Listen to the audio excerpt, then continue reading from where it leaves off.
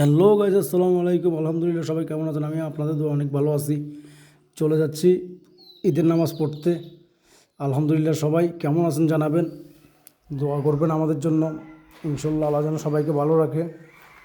কোরবান ঈদের নামাজ একটু শর্টকাটে হওয়ার কারণে ঘুম থেকে উঠতে হয়েছে সকাল 6টা বাজে। উঠে এখন নামাজ পড়তে আসছি।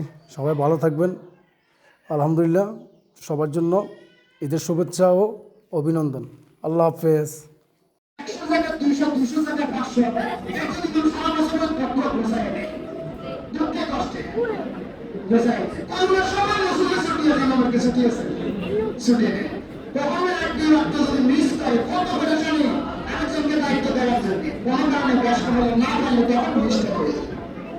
তো যাই হোক, আপনারা প্রথমত হলো কোরবানির গোশত সমানভাবে বন্টন করে নিজের এবং আত্মীয় স্বজন গরিব দুঃখী সকলের দিকে বন্টন করে আমরা সবাই মিলে বন্টন করবো। দ্বিতীয় হলো চাঁদাটা মাদ্রাসা দিয়ে